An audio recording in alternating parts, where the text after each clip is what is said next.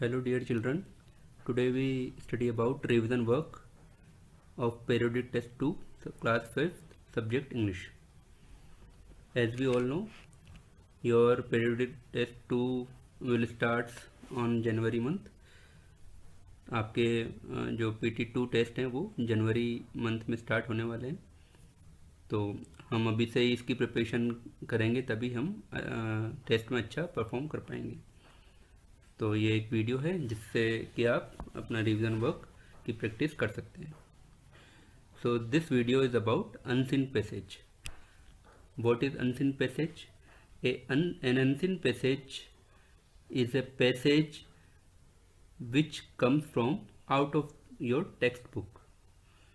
ये एक ऐसा पैसेज होता है जो कि आपकी टेक्स्ट बुक, जो कि आपकी विद्यालय की बुक है इंग्लिश मैरीगोल्ड, उससे उसके बाहर से आता है, यानी किसी अनदर बुक से आता है। इस पैसेज को आप फर्स्ट टाइम आपके क्वेश्चन पेपर में ही आप इसे देखते हो, फिर उस पैसेज से रिलेटेड कुछ क्वेश्चन एंड अदर एक्टिविटीज़ पूछी जाती है, जिसको आपको पैसेज को देखकर ही और उसे समझकर उसका आंसर देना होता है। ठीक है, तो हम इसकी प्रैक्टिस करेंगे, तभी हम जो भी पैसेज आएगा आपके टेस्ट में उसका आंसर दे पाएंगे। ओके, तो before we start we discuss about exam scheme. आपकी जो PT2 की एग्ज़ाम स्कीम है वो कुछ इस तरह से है। आपके टेस्ट में टोटल 5 चैप्टर्स आएंगे: talk to barber, topsy turvy land, Gulliver's travel, nobody's friend and the little bully. Total आपका ये 40 नंबर का टेस्ट होगा, जिसमें से 10 मार्क्स ओरल टेस्ट के होंगे। आपके जो मेन रिटर्न टेस्ट हैं उसके 10 डेज और 5 डेज बिफोर आपका ओरल टेस्ट लिया जाएगा हर सब्जेक्ट में, जो कि 10 मार्क्स का होगा। एंड जो रिटर्न टेस्ट है वो 30 मार्क्स का होगा। रिटर्न टेस्ट में कॉम्पिटेंसीज वाइज क्वेश्चंस आएंगे, जिसमें reading comprehension, prose and poetry, grammar, creative writing and spelling, ये 5 पार्ट्स होंगे। रीडिंग कॉम्प्रिहेंशन में जो हम अभी डिस्कस कर रहे हैं अनसीन पैसेज, वो आएगा 10 मार्क्स का। 1 पैसेज आएगा जिसके क्वेश्चंस होंगे 10 क्वेश्चंस होंगे, each question will have 1 mark. Prose and poetry, इनमें जो आपकी चैप्टर्स हैं उनमें से क्वेश्चंस आएंगे टोटल 5 मार्क्स के। ग्रामर से रिलेटेड क्वेश्चंस आएंगे टोटल 5 मार्क्स के। एंड क्रिएटिव राइटिंग में आपसे एप्लीकेशन, कोई स्टोरी या ऐसे कुछ भी आपसे पूछा जा सकता है। जो भी आपको क्लासरूम में करवाए गए काम, उनमें से ही कोई ना कोई एक चीज़ पूछी जाएगी। तो आप जितने भी ऐसे एप्लीकेशन, लेटर्स, स्टोरी जितने भी आपको करवाई है, आप उसे लर्न कर लीजिएगा। 5 पॉइंट है स्पेलिंग्स में आपके जितने भी चैप्टर्स हैं 1 to 5, जो भी अभी हमने चैप्टर्स के नेम आपको बताएं, उन चैप्टर्स में जितने भी न्यू वर्ड्स हैं, जो भी न्यू वर्ड्स आपको कराए गए हैं, उनकी स्पेलिंग्स, यानी उनकी स्पेलिंग्स आपसे पूछी जा सकती है। या तो पूरी स्पेलिंग पूछी जाएगी, या फिर आपसे जो भी बीच में लेटर्स मिसिंग होगा उस लेटर्स के बारे में पूछा जाएगा। So move on the unseen passage. Read the paragraph carefully. हमारे सामने जो भी पैराग्राफ आएगा क्वेश्चन पेपर में भी, उसे भी हमें केयरफुली ही पढ़ना है। तो the milkman's cow was in a bad mood. ये मिल्कमैन की काउ में, मिल्कमैन आप जानते हैं मिल्कमैन कौन होता है, दूध वाला, उसकी काउ के बारे में। The milkman's cow was in a bad mood. एक मिल्कमैन की काउ जो थी वो बैड मूड में थी। बैड मूड यानी जो जैसे हमारा कभी कभी मूड ख़राब हो जाता है, कोई ऐसी बात हो जाती है जिससे हम बहुत ही डिस्टर्ब हो जाते हैं और हमारा कुछ भी अच्छा करने का मन नहीं करता है, तो इसी तरह से काऊ का मूड भी ख़राब हो गया था, बैड हो गया था। So she sat in the middle of the road and refuse to move. तो वो उसने क्या किया, वो रोड के बीच में जाके, मिडिल ऑफ द रोड के बीच में जाके बैठ गई, एंड रिफ्यूज़ टू मूव, और उसने हिलने से मना कर दिया। आपने भी कभी देखा होगा, आप आपके पेरेंट्स के साथ कभी मार्केट में या कहीं जाते होंगे, तो सडनली कोई काऊ रास्ते के बीच में बैठी हुई मिलती होगी, और बार बार हॉर्न बजाने पर भी वो उठती नहीं है। तो हमें क्या करना पड़ता है, अपने व्हीकल से नीचे उतर के फिर उसे हटाना पड़ता है, तब जाके वो हटती है। तो इसी तरह से ये काऊ भी रोड के बीच में बैठ गई और उसने हिलने से मना कर दिया। The milk man beg the cow to get up. तो जो मिल्क मैन था उसने काफ़ी बैग्ड मीन्स काफ़ी रिक्वेस्ट करी, काफ़ी विनती करी उससे जिससे कि वो उठ जाए। बहुत से जैसे हम किसी जानवर से हमें कोई काम लेना होता है तो हम उसे प्यार से पुचकार के उसे अलग अलग चीज़ें देकर उससे अपना काम करवाते हैं। तो इसी तरह से उसने मिल्कमैन ने भी क्या किया, काऊ से रिक्वेस्ट करी जिससे कि वो काऊ उड़ जाए। The children were waiting for their milk to help them grow strong. तो जो बच्चे थे, कौन बच्चे, जो मिल्कमैन अलग अलग हाउसेज में अपना मिल्क डिलीवर करता था, तो उस हाउसेज में रहने वाले बच्चे children, the children were waiting for their milk, वो वेट कर रहे थे अपने मिल्क का। और वो क्यों कर रहे थे, to help them grow strong, जिससे कि वो उस मिल्क को पी सकें एंड दे ग्रो स्ट्रॉन्ग, वो अपनी बॉडी को ग्रो कर सके, स्ट्रांगली ग्रो कर सके। जैसे कि हम जानते हैं हम मिल्क क्यों पीते हैं, क्योंकि मिल्क हमें क्या देता है, milk gives us energy, milk gives us power and हमारी जो बोन्स होती है, मसल्स होती है, उनको स्ट्रांग बनाता है। अलोंग केम ए पुलिसमैन, तभी वहाँ पे एक पुलिसमैन आया।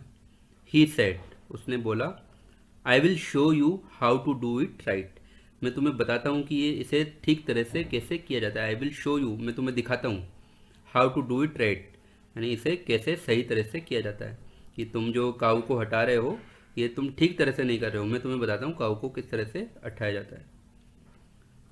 The police man and the milk man pulled, tugged and prayed. तो जो पुलिस मैन और मिल्क मैन दोनों ने मिलकर उस काऊ को हटाने का ट्राई किया।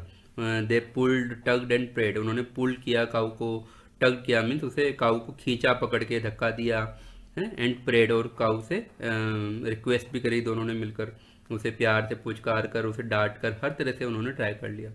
But the cow wasn't going anywhere that day, but जो काऊ थी वो उसने कहीं भी जाने से मना कर दिया। तो इस तरह से पैसेज के बाद आपके सामने क्वेश्चंस होंगे, आप पैसेज को पढ़कर उन क्वेश्चंस के आपको आंसर देने हैं।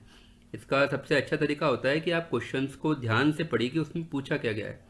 सबसे पहले तो आपको क्वेश्चन वर्ड की तरफ ध्यान देना है कि हु, वाई, वॉट, विच, ये जितने भी क्वेश्चन वर्ड होते हैं इनके मीनिंग आपको आने चाहिए, कि जिससे कि आपको पता चले कि इसमें पूछा क्या गया है। और सेकंड आपको ध्यान देना है कि कौन से वर्ड्स क्वेश्चन में, बाकी वर्ड्स जो हैं वो पैराग्राफ में कहाँ कहाँ आए हैं, तो वहीं से ही आपको आंसर मिल जाएंगे। बट यहाँ पे क्वेश्चन वर्ड का ध्यान रखना जरूरी है, क्योंकि बहुत बार क्या होता है कि पूछा कुछ और गया है और आप आंसर कुछ और लिख के आ जाते हो।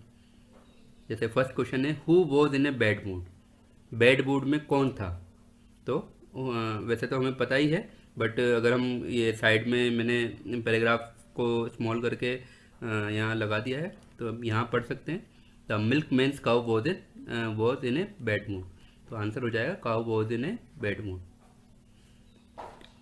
Y did the cow refuse to get up, अब इसमें क्वेश्चन वर्ड क्या है, वाई, वाई मीन्स क्या होता है, क्यों। Why did the cow refuse to get up, cow ने क्यों मना कर दिया उठने से, तो इसका आंसर होगा बिकॉज। देखो वाई से कोई भी क्वेश्चन स्टार्ट होता है तो उसका आंसर हम बिकॉज से स्टार्ट करेंगे। बिकॉज मीन्स क्योंकि, because cow was in a bad mood, क्योंकि काऊ जो थी वो बैड मूड में थी, इसलिए उसने रिफ्यूज कर दिया उठने से। Question number third, who were waiting for the milk, milk के लिए कौन वेट कर रहा था, answer the children were waiting for their milk to help them grow strong, तो जो बच्चे थे, अलग अलग हाउसेज में रहने वाले बच्चे थे, वो वेट कर रहे थे अपने मिल्क का। ठीक है। Question number four, who begged the cow to get up, cow से कौन रिक्वेस्ट करता, कौन बार बार विनती कर रहा था जिससे कि काऊ उठ जाए, तो यहाँ पे हु आया है, हु मीन्स कौन कर रहा था, आंसर होगा the milk man begged the cow to get up, जो मिल्क मैन है वो बेग्ड मीन्स वही विनती कर रहा था, वही रिक्वेस्ट कर रहा था काऊ से जिससे कि काऊ उठ जाए। Question number five, who said that I will show you how to do it right, ये किसने कहा, I will show you how to do it right, मैं तुम्हें दिखाता हूँ इसे सही तरह से कैसे किया जाता है, ये किसने कहा, policeman said I will show you how to do it right, तो पुलिसमैन ने ये बात कही कि I will show you how to do it right. ठीक है। तो इस तरह से हमें जो भी क्वेश्चन पूछे गए हैं उनको ध्यान से पढ़कर उनके आंसर पैराग्राफ को पढ़ के देने। अब देखिए क्वेश्चन नंबर 6, राइट ऑपोजिट। अब यहाँ पे वर्ड्स दिए हैं, इनके ऑपोजिट वर्ड आपको लिखने हैं। वैसे आपको ऑपोजिट वर्ड याद है, ये तो बहुत ही अच्छी बात है अगर याद हो तो, बट इसमें जनरली क्या होता है कि जो वर्ड पूछे गए हैं वो आपके पैराग्राफ में आए होंगे। आप अगर ध्यान से पैराग्राफ को पढ़ेंगे तो वो वर्ड आपको मिल जाएगा जो भी इनका आंसर होगा। तो फर्स्ट वर्ड है रॉन्ग। तो रॉन्ग का आंसर क्या होता है, रॉन्ग का ऑपोजिट क्या होता है? The opposite of wrong is right. तो राइट वर्ड आया है पैराग्राफ में, जैसे पुलिसमैन ने कहा था ना, I will show you how to do it right. ये जो राइट वर्ड है, this is the opposite of wrong. Second word is weak. Weak means होता है कमजोर। तो what is the opposite of weak? The opposite of weak is strong. तो strong word आया है इसमें, yes. The children were waiting for their milk to help them grow strong. ठीक है, स्ट्रॉन्ग मीन्स क्या होता है? मजबूत। Question number 7, make the sentence using following words. यहाँ पे वर्ड्स दिए हैं जिनका यूज़ करके हमें सेंटेंस बनाने हैं। अब यहाँ पे आपको ध्यान रखना है कि ये सेंटेंस आपको पैराग्राफ में नहीं मिलेंगे। अगर मिल भी गए तो भी आपको एज इट इज कॉपी करके नहीं लिखना है, क्योंकि यहाँ पे बोला गया मेक द सेंटेंस, यानी आपको बनाना है। अगर आपको यहाँ लिखा होता फाइंड द सेंटेंस तो आप ढूंढ के आप यहाँ लिख देते, पर यहाँ मेक द सेंटेंस लिखा है, इसलिए हमें सेंटेंस को बिल्ड करना है, बनाना है। तो फर्स्ट वर्ड है बैड मूड। तो ऐसा सेंटेंस आप सोचिए जिसमें बैड मूड वर्ड आता हो। तो सेंटेंस इज द जज looked like he was in a bad mood. तो जो जज है वो इस तरह से दिख रहे थे जैसे कि वो बैड मूड में हो। हम इसका एक एग्जाम्पल और देखते हैं। He is been in a bad mood all evening because his favourite team lost today's match. कि वो आज पूरी शाम से बैड मूड में दिख रहा था क्योंकि उसकी जो फेवरेट टीम है उसने आज का मैच लॉस्ट कर दिया था, यानी वो आज का मैच हार गई थी। Second word strong. अब स्ट्रॉन्ग के लिए हम सेंटेंस बनाएंगे। He has a very strong personality. Personality means व्यक्तित्व, कि उसका जो व्यक्तित्व है काफ़ी स्ट्रॉन्ग है, मजबूत है। He has a very strong personality. Second sentence, this is a strong team. ये क्या है? Strong team. वैसे इस क्वेश्चन में आपको वन ही सेंटेंस बनाने हैं हर वर्ड में। बैड मूड का भी एक सेंटेंस बनाना है, स्ट्रॉन्ग का भी वन ही बनाना है, बट यहाँ पे मैंने दो एग्जाम्पल आपको आपकी हेल्प के लिए, आपको समझाने के लिए मैंने यहाँ शो कर रखे। Last question, a milk man visit to your house every day and bring you milk. एक जो मिल्क मैन होता है, दूध वाला जो होता है, वो आपके हाउस में डेली विजिट करता है, या तो किसी के घर पे सुबह आता हुआ या किसी के घर पे शाम को आता हुआ। और वो क्या करता है? ब्रिंग यू मिल्क, वो आपको दूध दे के जाता है। आपने भी कभी, हमेशा या तो आपके पेरेंट्स ही लेते होंगे दूध, बट कभी आप उनके साथ जाना और ध्यान से मिल्कमैन को देखना वो किस तरह से मेज़र करके, उसके पास एक अलग मेजरिंग कप होता है जिससे वो दूध मिल्क को मेज़र करके आपके पॉट में वो फिल करता है। तो right a few lines about him. आपको क्या करना है इस क्वेश्चन में? मिल्कमैन के बारे में कुछ लाइन्स आपको लिखनी है। तो यहाँ कुछ पिक्चर्स भी मैंने शो कर रखी है जिसकी हेल्प से भी आप मिल्कमैन के बारे में लिख सकते हो, बट हम यहाँ देख लेते हैं। कुछ लाइन्स मैं आपको शो कर देता हूँ, अगर आप कुछ और भी लिखना चाहते हो या लिख सकते हो तो आप उनका भी यूज़ कर सकते हैं। तो first line, milkman is a person who does the work of selling milk bye extracting milk from cows and buffaloes. Milkman कौन होता है? मिल्कमैन इज ए पर्सन, वो एक पर्सन होता है who does the work of selling milk, जो कि क्या करता है? मिल्क सेलिंग का काम करता है, मिल्क को बेचता है, दूध बेचता है।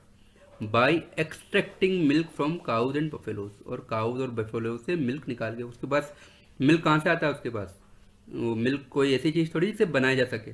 मिल्क तो हम प्रोड्यूस करते हैं विच हेल्प ऑफ एनिमल्स। तो वो काऊ और बफेलो से मिल्क निकाल कर उस दूध को बेचता था। The milk man is very hard working. जो मिल्क मैन होते हैं वो काफ़ी हार्ड वर्किंग होते हैं, काफ़ी मेहनती होते हैं। He gets up very early in the morning. वो सुबह सुबह काफ़ी जल्दी उठ जाते हैं। And get busy with his work, और सुबह उठते ही वो काम पे लग जाते हैं। सबसे पहले उठते ही अपने केटल्स को संभालते हैं, उनको चारा पानी डालते हैं, और फिर दे extracting milk from them. It takes to milk every morning and reaches our homes. और फिर वो मिल्क निकाल कर every morning and reaches our home, हमारे घर पे वो पहुंचते हैं. कोई साइकिल से पहुंचते हैं और कोई बाइक से पहुंचते हैं, पर वो सभी जो मिल्कमैन होते हैं वो सुबह सुबह ही हमारे घर में पहुंचते हैं. Most of the farmers do the work of selling milk. अधिकतर क्या होता है कि मोस्ट ऑफ द फार्मर यानी किसान जो होते हैं वही ये काम करते हैं, क्योंकि उनके पास केटल्स भी होते हैं और उनके पास केटल्स को डालने के लिए काफ़ी सारा फूड भी होता है. ठीक है, तो इसलिए जो फार्मर्स होते हैं जनरली वही सेलिंग मिल्क सेलिंग का काम करते हैं. They have more than one cow buffalo and goat. उनके पास ऐसा नहीं है उनके पास एक ही काउ होती हो या एक ही बफेलो होती है, उनके पास generally more than one cow buffalo and goat, एक से ज़्यादा काउ बफेलो या गोट होती है. He takes great care of his cattle. Milkman क्या करता है, अपने जो केटल्स की बहुत ही अच्छे से केयर करता है, जैसे उनको अपने एक फैमिली मेम्बर की तरह ही वो ट्रीट करता है. कभी वो बीमार हो जाते हैं तो उनको डॉक्टर को भी दिखाता है, उनका मूड ख़राब होता है तो उनको प्यार से सहलाता है ना, उनको डेली पानी से साफ़ करता है और उनको एक हेल्दी फूड वो प्रोवाइड करता है. Their main business is to sell milk and their household expenses are made by milk money. Their main business, उनका मेन बिजनेस क्या होता है मिल्कमैन का, टू सेल मिल्क, मिल्क को सेल करना ही उनका मेन बिजनेस होता है. And their household expenses are made by milk money. और उनके जो भी हाउस होल्ड एक्सपेंसेस यानी घर के जो भी खर्चे होते हैं वो किससे पूरे होते हैं, are made by milk money. दूध को बेचकर जो उनको पैसे मिलते हैं उनसे वो उनके खर्चे, घर के खर्चे चलाते हैं. The milk man can often be seen on A bicycle with a big container of milk. Milkman generally कहाँ देखे जाते हैं, या तो वो बाईसाइकिल पे मिल्क बेचते हैं और उनके पास क्या होता है, एक बिग कंटेनर, एक बड़ा सा बर्तन होता है मिल्क का, पीछे वो अपनी बाइक के या साइकिल के पीछे बांध देते हैं और फिर उससे उसको लेकर हर अलग अलग घरों में वो जाते हैं. तो ये इसका आंसर है. आप चाहो तो कुछ लाइन तो और भी ऐड कर सकते हो या कुछ लाइन आपको चेंज करनी है आप चेंज करके भी लिख सकते हो, बट उनका मीनिंग एक मीनिंगफुल सेंटेंस ही होना चाहिए. ऐसा नहीं कि आप लिख कहना कुछ और चाह रहे हो और आपने लिख कुछ और दिया, ऐसा मत करना. अच्छे से लिख कर ही लर्न करना. ठीक है, अब देखो हम एक पैराग्राफ का और एक और पैराग्राफ की प्रैक्टिस करते हैं.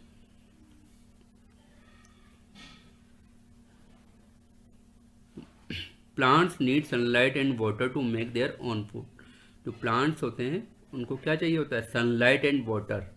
And why, to make their own food, उनको अपना खाना बनाने के लिए ही सनलाइट और वाटर चाहिए होता है. आपने EVS सब्जेक्ट में ये पढ़ा होगा. फोटोसिंथेसिस एक प्रोसेस होती है जो कि जितने भी जनरली सारे ही प्लांट जो ग्रीन प्लांट्स हैं वो सारे इस प्रोसेस के जरिए ही क्या बनाते हैं, अपना फूड मेक करते हैं. ठीक है, और उनको क्या चाहिए होता है, जैसे हम किचन में हम हमारा फूड बनाते हैं, हमें क्या चाहिए, एक तो हमें गैस यानी फायर चाहिए होती है ना, आग चाहिए होती है, चाहे वो लकड़ी से आग जलाएं चाहे वो गैस सिलेंडर वाली आग हो. एक तो हमें फायर चाहिए होती है और जो रॉ मटेरियल, जो खाने का रॉ मटेरियल होता है, जैसे कच्ची सब्जी, कच्चा आटा, इन सब का यूज़ करके ही हम क्या करते हैं, खाना बनाते हैं. ऐसे जो प्लांट होते हैं उनको क्या चाहिए होता है, सनलाइट, वाटर एंड सॉइल. ये तीन चीज़ें जनरली उनको चाहिए होती हैं. You can do an experiment to test if this is true. आप एक एक्सपेरिमेंट के through, what is an experiment, experiment क्या होता है बताओ. चलो इसकी डेफिनेशन आप लिखना मुझे. एक मैं आपको बताता हूँ. To proof the way to proof an idea, कोई भी तरीका जिससे कि किसी आइडिया को प्रूफ करा जा सके, इसे एक्सपेरिमेंट कहते हैं. अगर कोई आपको और कोई डेफिनेशन आती है तो आप लिखकर मुझे बताना. You can do an experiment to test if this is true. आप एक एक्सपेरिमेंट कर सकते हैं इस चीज़ को टेस्ट करने के लिए कि क्या ये सही है, क्या वास्तव में प्लांट को सनलाइट एंड वाटर चाहिए होता है. Place a bucket over A patch of green grass. आप क्या करोगे, एक जो ग्रीन ग्रास उगती है जैसे आपके हाउस के बैकयार्ड में या घर के आसपास जहाँ भी ग्रीन ग्रास उग रही हो वहाँ पे एक बकेट, एक बाल्टी को हम उल्टा उस पर रख देंगे. Place a bucket over A patch of green grass. After a few days, कुछ दिनों के बाद, लिफ्ट द बकेट, बकेट को हम उठाएंगे. You will see that the grass is not as green any more. You will see, तुम क्या देखोगे, that the grass is not as green any more. जो ग्रास थी जितनी वो पहले ग्रीन थी उतनी अब ग्रीन नहीं है. पहले जितनी ग्रीन वो नहीं रही, वो उसका कलर फेड हो चुका है. If you leave the bucket in place for a week, अगर तुम इस बकेट को एक वीक के लिए वहाँ छोड़ दोगे, the grass will become very dull. जो ग्रास होगी वो कैसे हो जाएगी, डल हो जाएगी, बहुत ही ज़्यादा कमज़ोर हो जाएगी. जैसे हम कुछ दिन तक, अगर हम एक दिन भी, कुछ दिन तो बहुत बड़ी बात है, हम एक दिन भी अगर खाना नहीं खाएं तो हमारी बॉडी कैसे हो जाती है, डल हो जाती है, कमज़ोर हो जाती है. ऐसे ही ग्रास को भी जब हम बकेट के नीचे रख देते हैं तो वो भी, उसे भी फूड नहीं मिल पाता है, सनलाइट नहीं मिल पाती है, तो वो भी कैसे हो जाएगी, डल हो जाएगी. This happens because the grass can not make food in the dark. ये क्यों हुआ, because the grass can not make food, क्योंकि ग्रास जो है वो फूड नहीं बना सकती इन द डार्क, अंधेरे में. अंधेरे में वो अपना फूड प्रिपेयर नहीं कर सकती. उसे क्या चाहिए, सनलाइट चाहिए. सनलाइट से उसे एनर्जी मिलती है और उससे वो अपना फूड प्रिपेयर करती है. रिमूव द बकेट, अब हम बकेट को हटा देंगे. इन ए फ्यू डेज, कुछ दिनों में, the grass will start turning green again. कुछ दिनों में जो ग्रास है वो पहले जैसे ही ग्रीन हो जाएगी. जैसे ही हम बकेट हटाएंगे, धीरे धीरे एक दो दिनों में वो सनलाइट का यूज़ करके अपना फूड प्रिपेयर करेगी और अपने बॉडी को, अपने जो भी लीव्स हैं उनको प्रॉपर एनर्जी पहुंचाएगी और वो फिर से ग्रीन हो जाएगी. ओके, इसी तरह से हमें पूरे पैराग्राफ को ध्यान से समझना है. जो भी आपके अनसीन पेज आता है उसे ध्यान से पढ़कर समझना है. Answer the following questions. What is the main point of this passage. इस पूरे पैसेज का मेन पॉइंट क्या था. Bucket are bad, plants need sunlight, grass is not pretty when it is dull. इन तीनों में से कौन सा ऑप्शन है जो कि पैसेज का मेन पॉइंट था. तो answer is plant need sunlight. जो प्लांट्स है उनको क्या चाहिए होता है, सनलाइट. यही इस पूरे चीज़ का मेन पॉइंट था. Question number 2, what is an experiment. देखो यही क्वेश्चन आ गया. एक एक्सपेरिमेंट क्या होता है. A way to grow grass, a way to test an idea, a way to use a bucket. तो कौन क्या होता है एक experiment. The answer is a way to test an idea. किसी भी आइडिया को टेस्ट करने के लिए, प्रूफ करने के लिए, टेस्ट करना या फिर प्रूफ करना कि ये आइडिया वर्क, डिसाइड ये जो आइडिया ये वर्क करता है या नहीं करता है. तो ये हम किससे पता लगाएंगे, एक्सपेरिमेंट से पता लगाएंगे. Question number 3, what happens after a few days. कुछ दिनों के बाद क्या हुआ. The grass turns brown. जो ग्रास थी वो ब्राउन हो गई.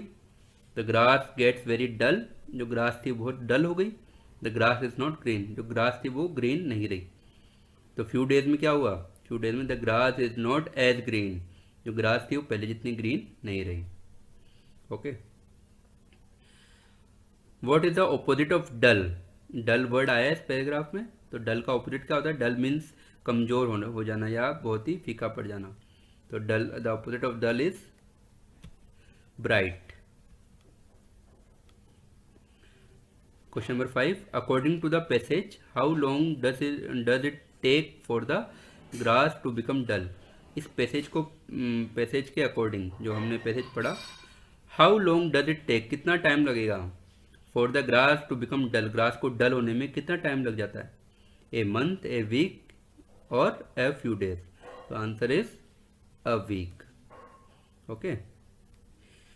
Last question, write a few lines about uses of plant.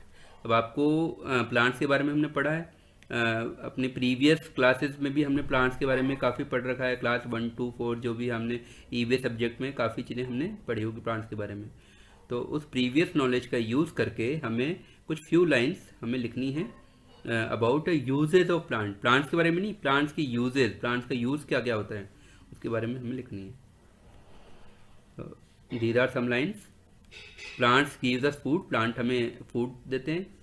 We get oxygen from plant. हमें प्लांट से ऑक्सीजन मिलती है. They also gives us flowers. वो हमें क्या देते हैं, फ्लावर्स भी देते हैं. They clean the air. वो एयर को क्लीन करते हैं. They maintain the ecological balance. वो पूरे पर्यावरण के संतुलन को यानी इकोलॉजिकल बैलेंस को वो मेंटेन यानी बना कर रखते हैं. ठीक है.